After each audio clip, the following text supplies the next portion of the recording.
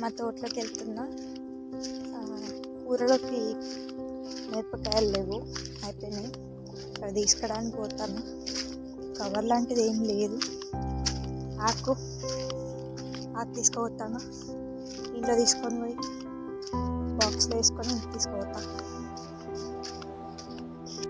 ఈ మిర్చి రకం మంచి కలర్ ఉంటుంది చూడ్డానికి. మిర్చీలు మేము ఇవే పట్టించుకుంటాం ప్రతి సంవత్సరం పౌడర్గా. మనం మార్కెట్లో దొరికే మిర్చి పౌడర్లో ఏదైనా కెమికల్స్ అవి ఉంటాయని కొంచెం భయం ఉంటుంది.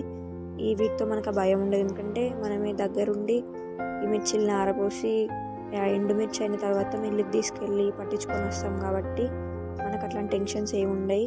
మళ్ళీ ఇది వాటితో పోల్చుకుంటే ఇది టేస్టీగా ఉంటుంది, కారం కూడా ఎక్కువ ఉంటుంది.